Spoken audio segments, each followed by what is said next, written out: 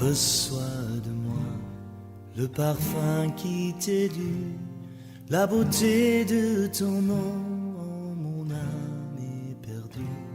Je veux n'être qu'à toi. Jésus, je t'aime. Reçois du peu que je trouve à donner, tout l'amour que mes yeux n'ont pas su te montrer. Je veux n'être qu'à toi. Jésus, je t'aime. Rien n'est plus beau que ton nom. Rien n'est plus saint que le sang du pardon. Je veux n'être qu'à toi. Bien-aimés en Christ, très chers frères et sœurs dans le Seigneur, fidèles auditeurs, chers internautes, c'est dans le beau et précieux nom de notre Seigneur Jésus-Christ que nous vous saluons. Le Seigneur nous a fait une fois encore grâce de voir ce jour et de partager ces instants d'études, d'enseignement autour de sa parole avec nous. Que son nom soit infiniment béni. Amen. Nous voici une fois encore à ce troisième et dernier numéro, si je peux le dire, sur notre thème qui nous rassemble depuis 3 semaines, 2 ou 3 semaines déjà. Je rappelle le thème: entre dessous de table et intégrité, quelle éthique pour le chrétien en milieu professionnel?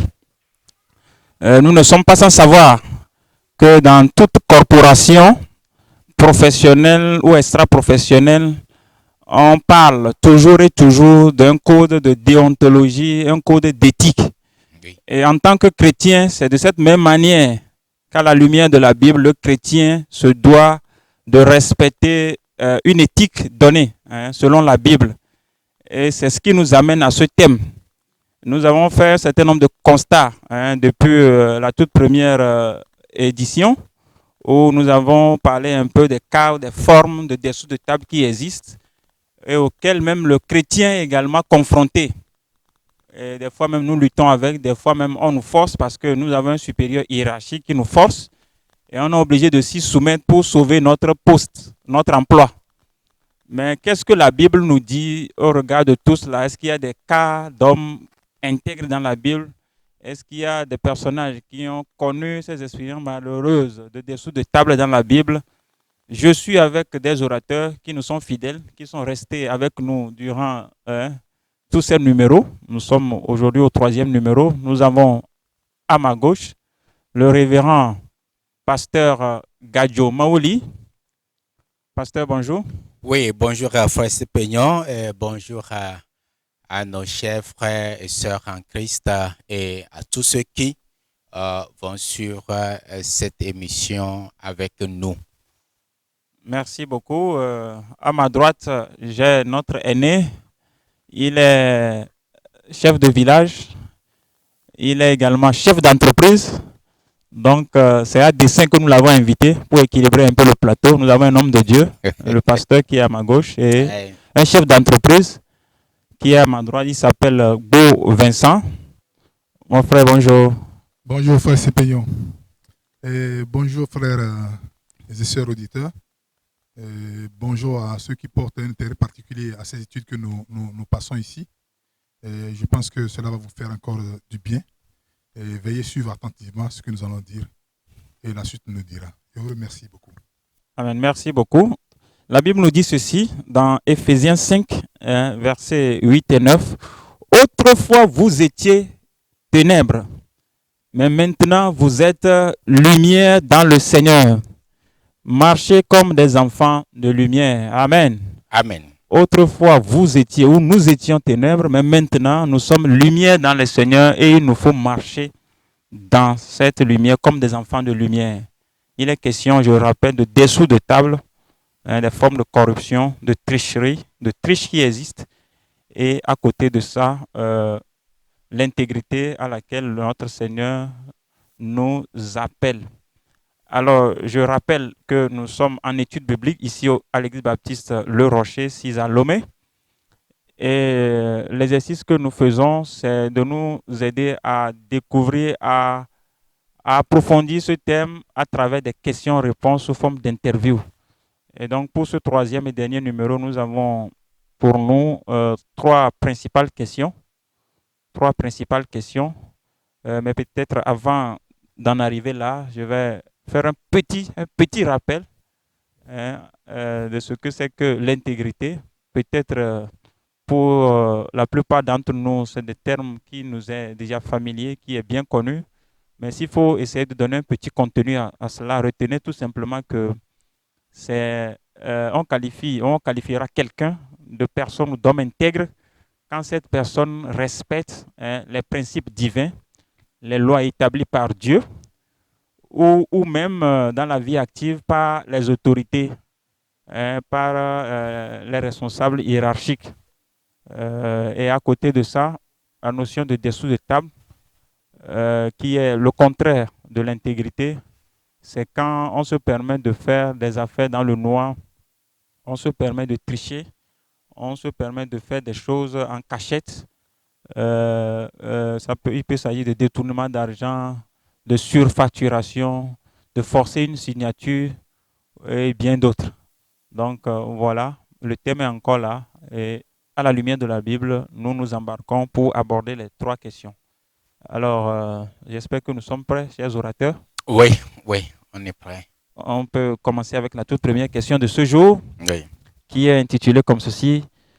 Comment, à la lumière de tous les constats que nous avons précédemment faits, à la lumière des versets bibliques que nous avons précédemment lus, partagés avec nos internautes, l'auditoire, comment est-ce que par rapport à la question de corruption, de dessous de table, comment est-ce que nous, en tant que chrétiens, en milieu professionnel, nous pouvons surmonter cette gangrène ou ce fléau?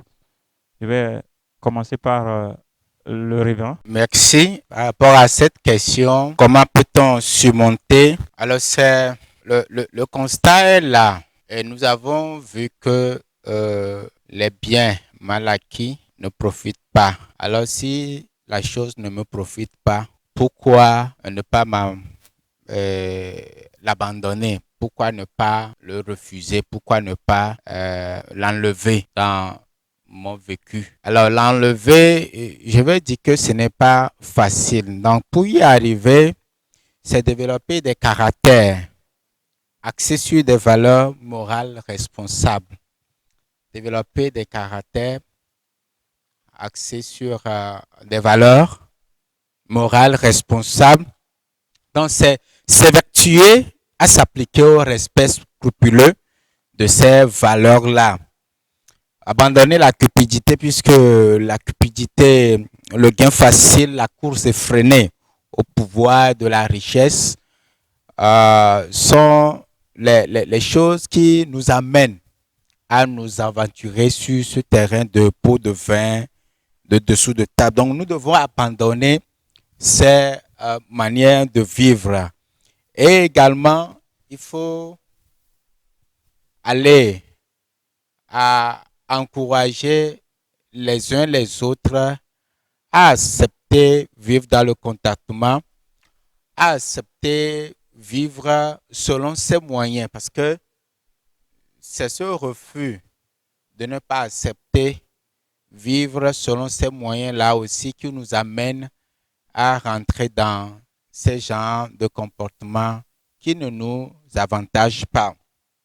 Il faut également amener les gens à accepter les postes ou bien à accepter des responsabilités suivant leurs compétences. Il faut amener les gens à accepter ou bien il faut amener la population, les frères, les sœurs, toutes les personnes à être au poste selon leurs compétences, à être au poste selon leurs compétences. Cela permettra à éviter les détournements.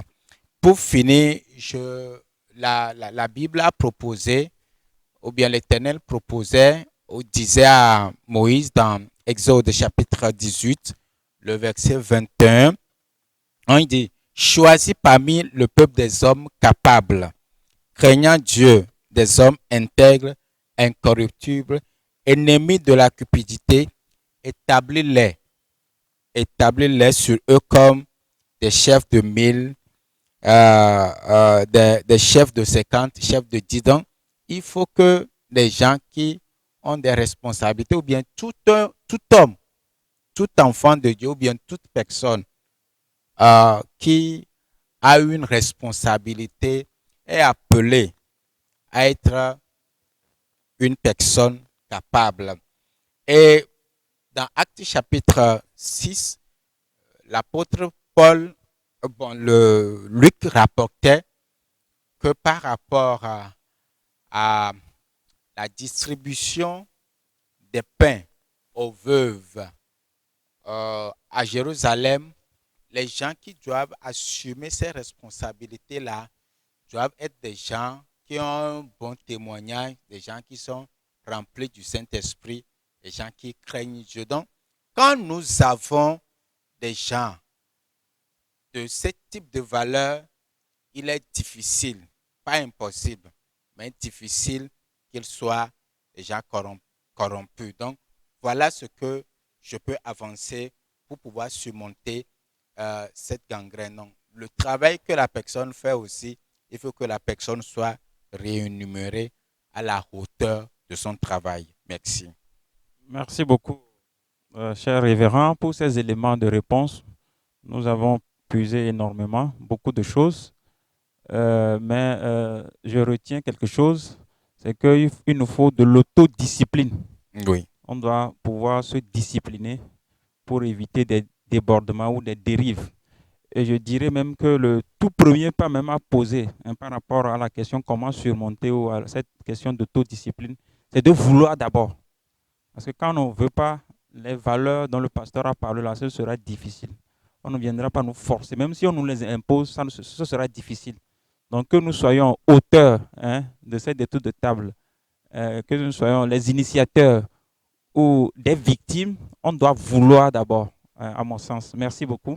Nous allons tourner vers le second orateur qui a certainement aussi des éléments de réponse par rapport à cette question de comment surmonter ce fléau, cette gangrène qui est là, qui nous allons peut-être le dire, qui est difficile, mais qui n'est pas impossible. Merci. Merci, frère Sepignon. Comment surmonter la gangrène, le dessus de table et la corruption? C'est ici le lieu pour moi de dire mes remerciements et tirer chapeau aux autorités de la nation, les premiers responsables que Dieu a mis devant nous pour qu'ils puissent nous diriger, et surtout dans le bon sens.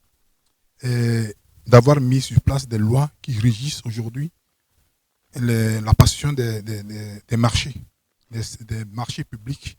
Et ils ont été jusqu'à mettre à notre disposition des numéros verts sur lesquels nous pouvons appeler et signaler cet état de choses, si jamais ça se produisait. Et aussi, ils sont allés aussi dans le sens de limiter à un certain plafond les marchés à passation gré à gré. C'est-à-dire quand le marché arrive à un certain montant, l'on est obligé de le faire passer sous appel d'offres, que ce soit dans les entreprises privées et que ce soit au niveau de l'État. Donc, chapeau à eux. Maintenant, hommes que nous sommes, les lois aussi sont là. Et c'est des hommes qui les rédigent et c'est des hommes qui doivent les respecter. Alors, comment pouvons-nous faire pour que ces lois soient vraiment, véritablement respectées? Et je les encourage à mettre beaucoup de garde-fous parce que l'homme que nous sommes, nous cherchons toujours à nous en dérober. Et ça ne fait pas du bien à notre nation et ça ne nous fait pas du bien nous-mêmes personnellement. Et quand nous allons vers nous, les frères et sœurs chrétiens, là où il y a encore notre problème sérieux, nous nous prêtons à ces jeux-là de dessous de table parce que nous ne savons pas le revers de la médaille. Nous ne savons pas ce que ça peut nous apporter comme malédiction. Et je l'ai énoncé l'autre fois en parlant de Daniel quand il a refusé de se prêter au mets séculant, pas du vin, du bon, très bon vin, et à se contenter de sa pâte qu'il mangeait depuis son village, à se contenter de son tchotula qu'il prenait depuis, à se contenter de ça et à travailler dans l'honnêteté. Et c'est ce qui a fait qu'au finish, Daniel a été promu. Il a pu travailler dans la cour du roi. Vous voyez? Donc nous aussi, nous chrétiens que nous sommes, nous devons faire très attention. D'abord, étudier la parole de Dieu. Parce que la Bible nous dit, mon peuple périt faute de connaissance. Nous avons beaucoup de soucis, beaucoup de blocages, nous les chrétiens aujourd'hui, parce que nous ne savons pas exactement, nous ne suivons pas la voie que le Seigneur nous trace vers la bénédiction, vers le succès. Nous ne voulons pas respecter ces lois, nous voulons les chevaucher, passer hors et réussir. Et après, la réussite aussi ne répond pas au rendez-vous. Donc, pour avoir de la réussite, pour être béni, nous devons bannir ces manières de faire dans nos vies. Et surtout dans nos milieux professionnels, et faisons très attention. Les collègues, ils nous suivent de près, ils nous regardent, ils attendent de nous, ils nous poseront des pots de banane pour voir si effectivement, chrétiens que nous disons que nous sommes, est-ce que nous pouvons éviter les dessous de table et être intègres. Je vous remercie. Je m'arrête là pour le moment. Merci beaucoup, cher René, pour ces éléments de réponse. Ça nous amène vers la question suivante. Je me rappelle à la première édition, notre première émission, sur ce thème, le pasteur disait ceci. Il y a dans des services, dans certaines entreprises, il y en a qui ne veulent pas quitter. Hein, même s'ils veulent bénéficier d'une affectation, ils refusent parce qu'ils savent que si jamais il acceptait, on va découvrir des choses. Parce que pendant qu'il était en fonction, pendant qu'il était à ce poste, il se permettait de faire de n'importe quoi en termes de gestion financière, en termes de gestion administrative, en termes de gestion des dossiers ou des marchés. Donc, ils sont scotchés, ils sont collés, on dirait, à vie. Et des fois même, on veut leur donner de congé, un petit congé, ils refusent parce qu'ils savent que s'ils s'absentent pour 2 semaines là, on va détecter, on va découvrir des choses. Et des fois même, on est obligé de forcer un audit comptable et financier. C'est là où tout capote. Donc que le Seigneur nous fasse grâce. En tant que chrétien, le défi est toujours là. Hein? Le défi d'intégrité est là. Faisons un effort, nous ne devons pas basculer dans l'autre extrême que le Seigneur n'agrée pas. Alors, par rapport au fléau qui est toujours là, hein, que nous justifions aujourd'hui de 1001 manières. Hein. On dit, bon, c'est une façon d'être habile. Hein, c'est une façon, c'est le langage que nous tenons aujourd'hui. C'est une question d'habileté. D'arrondir le mois. D'arrondir le mois, de ne pas se laisser tricher, etc. Tellement de phrases, tellement de slogans pour se justifier. Oui. Que le Seigneur nous fasse. Alors, le chrétien, en milieu professionnel, hein, quel que soit le milieu dans lequel il évolue, est-ce qu'il peut arriver à éviter ce fléau-là dont nous parlons, dans la réalité? Parce que il y a ce que nous appelons la théorie et la pratique. Voilà. Nous le disons si facilement ici, mais de façon concrète dans la pratique, dans nos entreprises, dans nos milieux professionnels. Comment on peut gérer cela? Parce qu'il y a des fois où même, ne serait-ce que sur une mission, on vous envoie une mission, on sait ce qui se passe. Hein. Enfin, la complicité que les gens font avec le comptable, la complicité que les gens font avec le chauffeur, parce que vous n'êtes plus là dans le service, on ne vous voit plus, tu es isolé avec le chauffeur, donc c'est des compromissions que les gens se font. Comment est-ce que le chrétien peut arriver à éviter ce fléau? Merci, pasteur. Oui, le chrétien peut-il facilement éviter ces situations, ces fléaux? Facilement, je dirais non.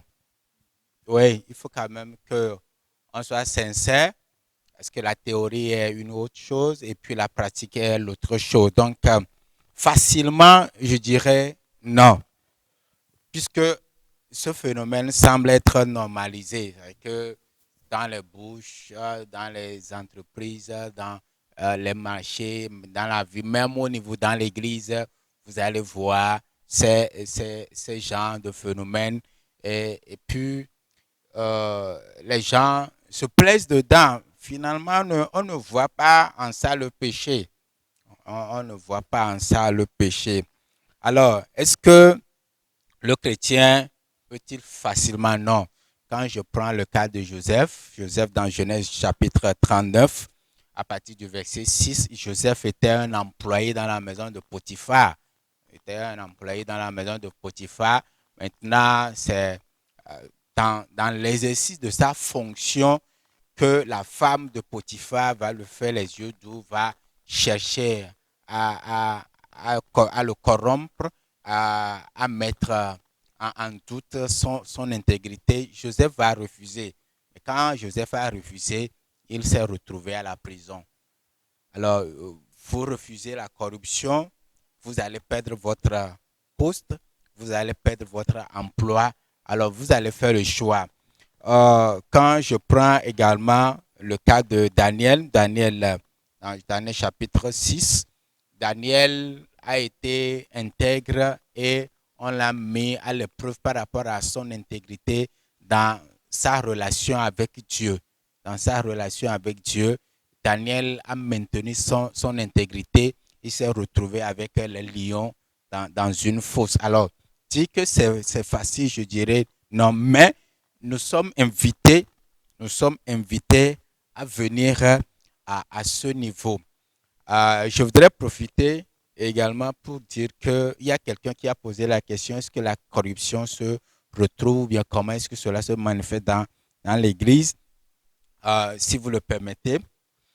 Alors, je réponds pour dire qu'à l'Église, la corruption est là de façon très, très, très subtile. Très, très subtile. Acte chapitre 5, à partir du verset 1, il y a Ananias et Saphira qui ont vendu leur terrain. Ils n'ont pas apporté la totalité. Et quand on leur a posé la question, est-ce que c'est la totalité? Ils ont dit oui. C'est un mensonge. C'est une forme de corruption. C'est une forme de manque d'intégrité. Et puis, ce qui s'en est suivi, nous le savons, ils ont été tués sur le champ, l'homme et la femme. Alors, nous le voyons également par rapport à des responsabilités que les gens occupent, que ce soit dans l'Église ou bien que ce soit dans les structures chrétiennes. Vous allez voir que Paul a donné des critères dans 1 Timothée chapitre 3, des critères que ces responsables doivent respecter. Mais nous avons des responsables aujourd'hui qui ne respectent pas ces critères. Comment ils sont arrivés à accéder à ces postes de responsabilité si ce n'est de surdoyer des gens, si ce n'est d'acheter les voix, parce qu'à un moment donné, il y a aussi cette question d'élection. Alors la personne bat campagne, il surdoit les gens, il donne de l'argent. Je m'excuse, mais c'est une réalité. Il faut qu'on le dise. Il ne faut pas qu'on ferme les yeux là-dessus. Dans l'Église, il y a ces comportements-là que nous devons dénoncer. Alors que cela n'amène quelqu'un à dire que bon, si dans l'Église, il y a ce genre de comportement, est-ce que ça vaut la peine? Non, ce n'est pas là le problème. Puisque dans l'Église, il y a un peu de tout. Il y a des gens qui sont là, qui sont convertis et qui veulent plaire à Dieu. Et il y en a qui sont là aussi, qui ne sont pas convertis et qui veulent détruire. Et quand vous prenez l'histoire de l'ivraie, la parabole de l'ivraie, il y a eu la bonne semence, il y a l'ivraie aussi qui est semé.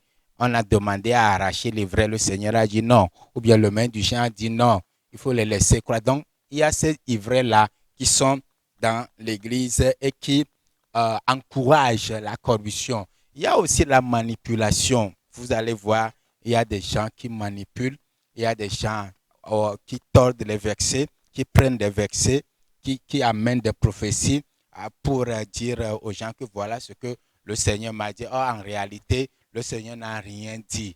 Donc, c'est pour soutirer de l'argent, c'est pour pouvoir bénéficier. Il y a abus d'autorité aussi dans l'Église, c'est une forme de corruption.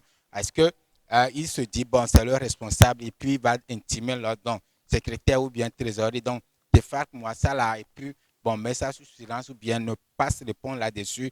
Et puis, on continue la vie comme si ce n'est rien. Donc, c'est des choses que nous voyons, et puis on visite des gens qui ont plus de moyens. On visite des gens qui ont plus de moyens, ou bien on écoute, on est disponible à des gens qui ont plus de moyens, plus que les autres. Donc, c'est des formes de corruption très subtiles qui se retrouvent dans l'Église que nous devons éviter. Alors, des responsabilités que nous avons, soyons qualifiés pour ces responsabilités-là. Et je m'en vais pour finir, pour dire que c'est difficile, mais ce n'est pas impossible. Et nous sommes invités, puisque la Bible dit de nous, en tant que chrétiens, que nous sommes lumière, que nous sommes sel. Nous sommes lumière et que nous sommes sel. Alors, quand vous ne voulez pas faire valoir votre lumière, quand vous ne voulez pas faire valoir votre sel, que ce soit dans la maison, dans l'église, ou bien dans le service, ou bien l'endroit où vous êtes là, est-ce que vous êtes encore appelé à être chrétien? Vous êtes en train d'usurper une identité qui ne vous va pas. Je vous remercie. Merci beaucoup, pasteur. Toujours par rapport à la même question, le chrétien peut-il éviter ce fléau de dessous de table qui est presque omniprésent, hein, que ce soit en dehors de l'église, dans tous les secteurs d'activité. Oui. Aujourd'hui, je ne sais pas s'il y a un secteur qui est épargné. Alors, cher René, par rapport à cette question, que répondriez-vous? Merci, Frère Sepegnon. Le chrétien peut-il facilement éviter ces fléaux? Je ne pense pas que ce serait chose facile aux chrétiens d'éviter ces fléaux. Ce n'est pas du tout chose aisée. Parce que de l'expérience, nous en avons un peu. Oui. Et j'avais parlé l'autre fois de ce que vivent les artisans, nos frères artisans, ce qu'ils vivent par rapport à leur main-d'œuvre et par rapport à la fourniture, par rapport à l'achat des matériaux qu'on met en place pour pouvoir exécuter des travaux pour des clients. Et comment la main-d'œuvre, le client est très difficile à traiter, chiant, mais prompt à payer les matériaux. Mais je voudrais dire ici, ce serait chose facile, très facile pour nous, si nous faisons vraiment confiance en l'Éternel. Parce que l'Éternel a mis devant nous des voies sur lesquelles nous aussi, nous chrétiens, nous pouvons passer et réussir dans la vie. L'intégrité, c'est quelque chose qui est très, très, très important. C'est quelque chose qui est marchandable, si je peux m'exprimer ainsi. La parole de Dieu nous dit, le monde entier attend avec ardent désir la révélation des enfants de Dieu. Et aujourd'hui, les gens ont de l'argent, ils veulent investir dans des affaires, mais avec qui traiter? Avec qui faire cette affaire-là? Qui engager dans ma boutique et au moment où moi je suis en voyage pour aller amener les articles? Qui peut prendre cette place-là? Ça devient chose très, très, très compliquée. Et ça fait que nous tous, nous sommes à la traîne. Celui qui a l'argent, il a son argent. Et celui qui n'a pas l'argent, lui aussi, il a sa pauvreté avec lui. Et aucune affaire ne peut se faire. C'est très, très compliqué. Très compliqué. Surtout, je vois ça au niveau de nous, les jeunes Togolais, de nous, les Togolais. Les gens sont tellement pressés. Même dans l'église, ils sont très pressés pour se faire de l'argent. En telle enseigne que quand tu montes une affaire et que tu le mets là-dessus, mon frère, reste ici, suis-moi cela, afin que quand les fruits vont tomber, que nous puissions partager. Eux veulent couper en même temps l'arbre, déraciner l'arbre, enlever tout. Et ça fait que nous n'avançons pas du tout. Donc, pour conclure, pour résumer ce que j'ai dit, c'est que si nous faisons réellement confiance à l'Éternel, les gens sont à la recherche. Les sociétés, les entreprises sont à la recherche des hommes intègres pour les placer à des hauts endroits, pour les placer au niveau financier, afin que l'entreprise puisse marcher. Et quand l'entrepreneur, quand le directeur de la société aura entièrement confiance en toi, tu verras que toute la bourse te sera remise. Moi, je voudrais dire à mes frères et sœurs ici que il nous faut beaucoup de prières aussi. Parce que le Seigneur nous a dit, sans lui, nous ne pouvons absolument rien faire. C'est facile à dire, mais c'est difficile à faire. Mais c'est facile à faire quand nous la mettons en prière, quand nous faisons intervenir l'Esprit Saint dans nos vies. Je vous remercie. Merci beaucoup. Beaucoup de prières, lecture de la parole de Dieu, autodiscipline. Avec la foi, c'est aussi une question de foi. Il faut dire que si je ne m'ouvre pas à ce dossier qui apparemment est juteux et par rapport auquel beaucoup de collègues, beaucoup d'autres personnes se jettent, si je ne me laisse pas aller, le Seigneur ouvrira d'autres portes. Avant d'aborder la dernière question, consultant que je suis, il y a aussi peut-être deux choses que je vais dire. La première, c'est que des fois, on est innocent, totalement innocent, mais on se fait piéger.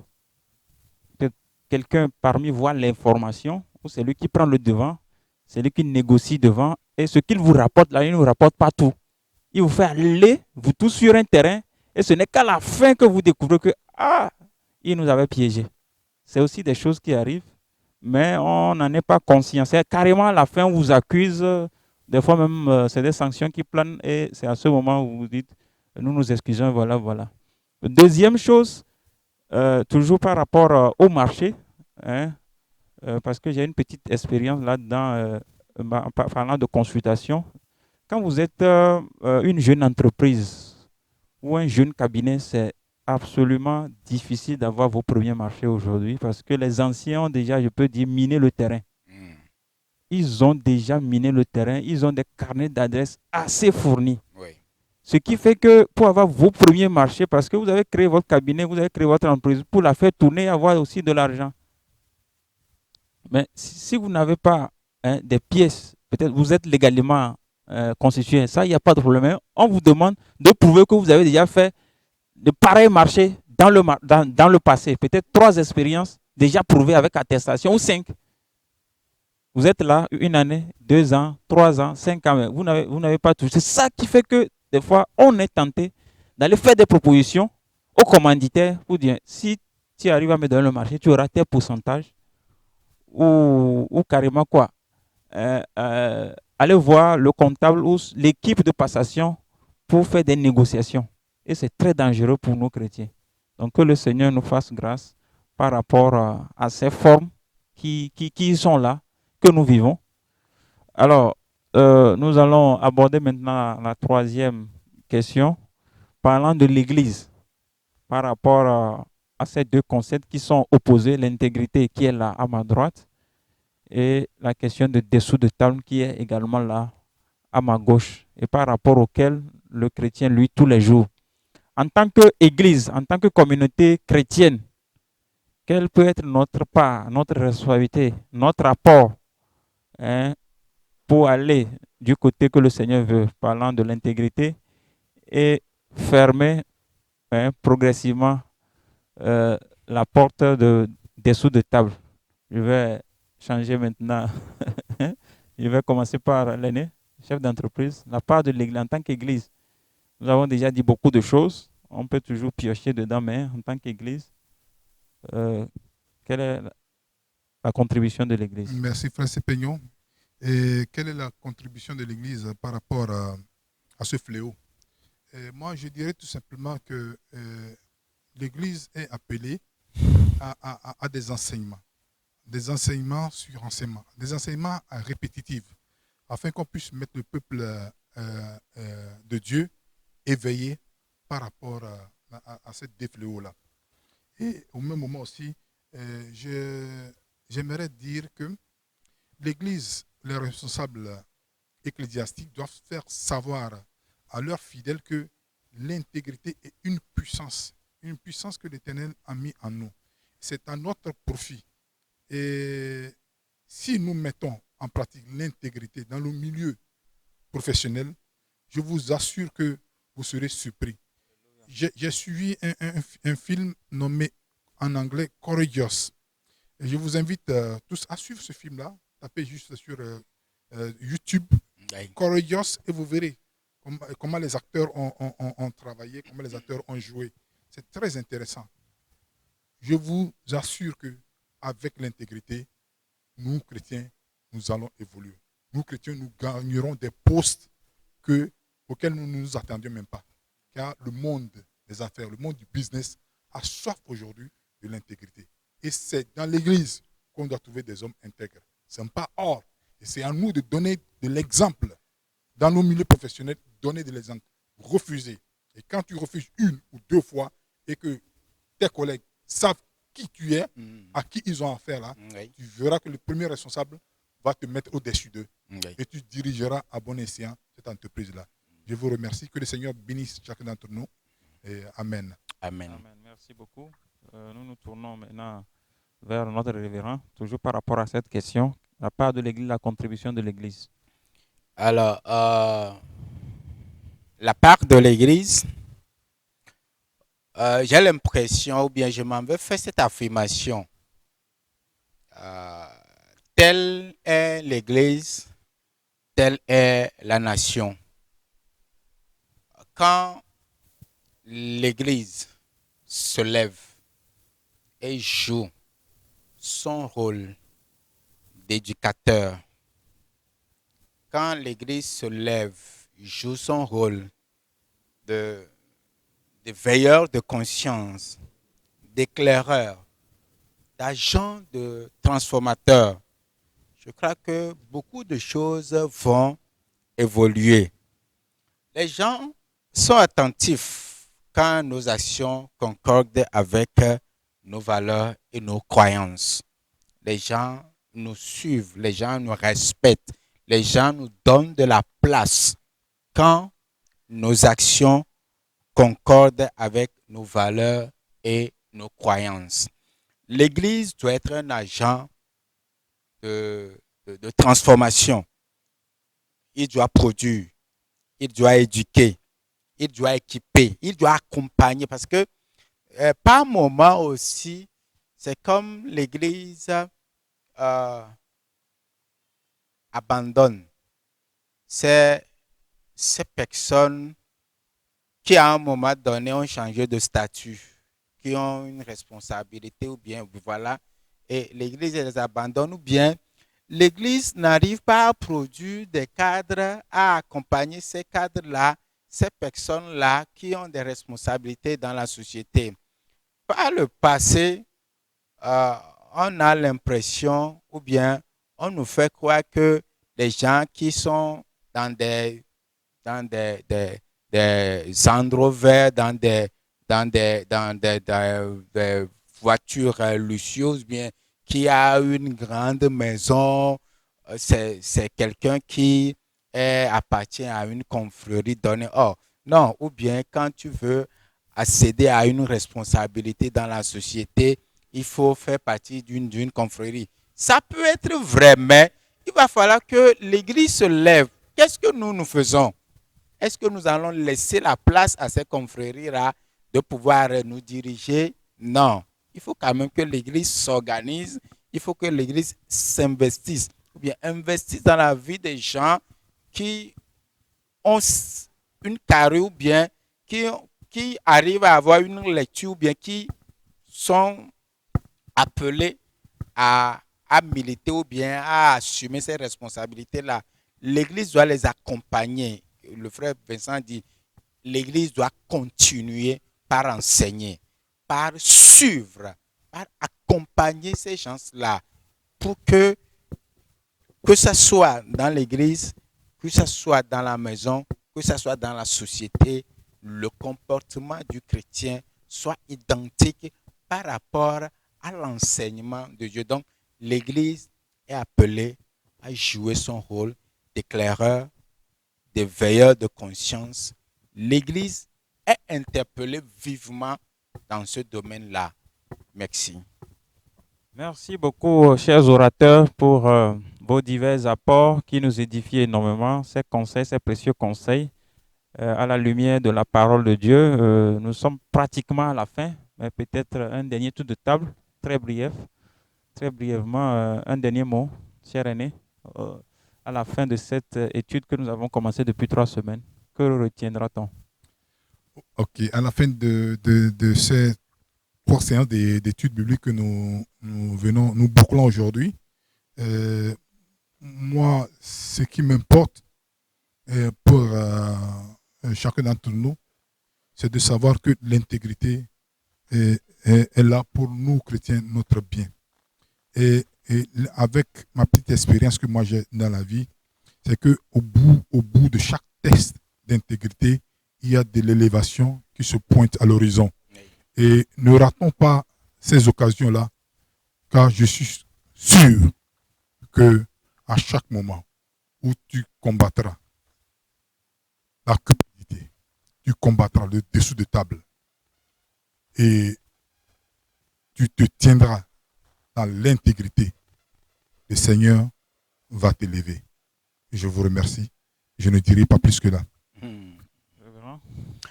Le dessous de table, la corruption, le pot de vin, en fait, sont des raccourcis pour obtenir quelque chose.